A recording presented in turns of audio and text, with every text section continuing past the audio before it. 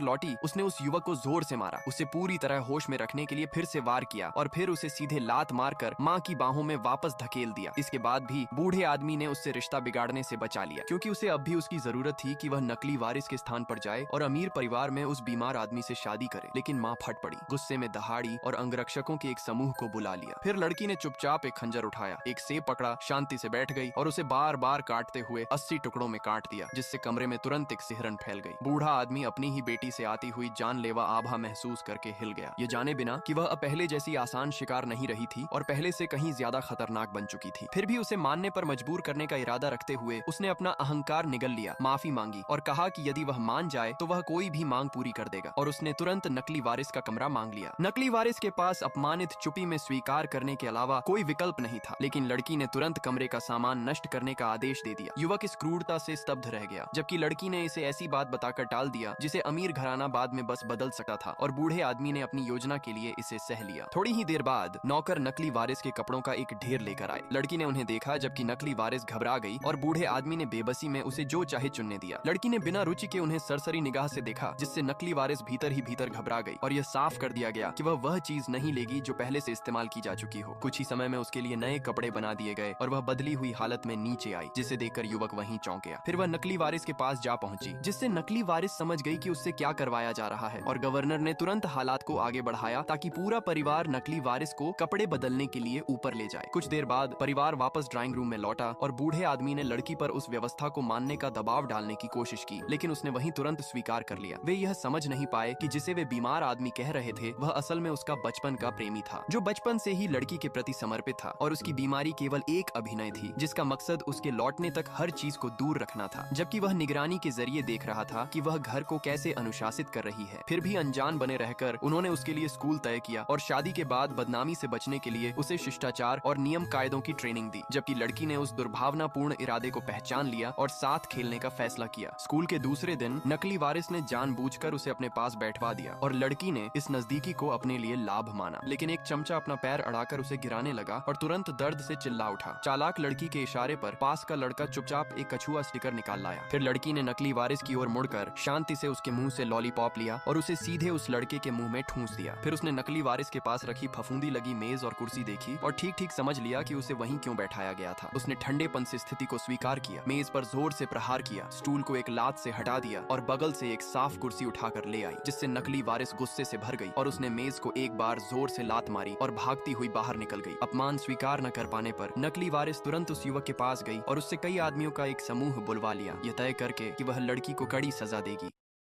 पहले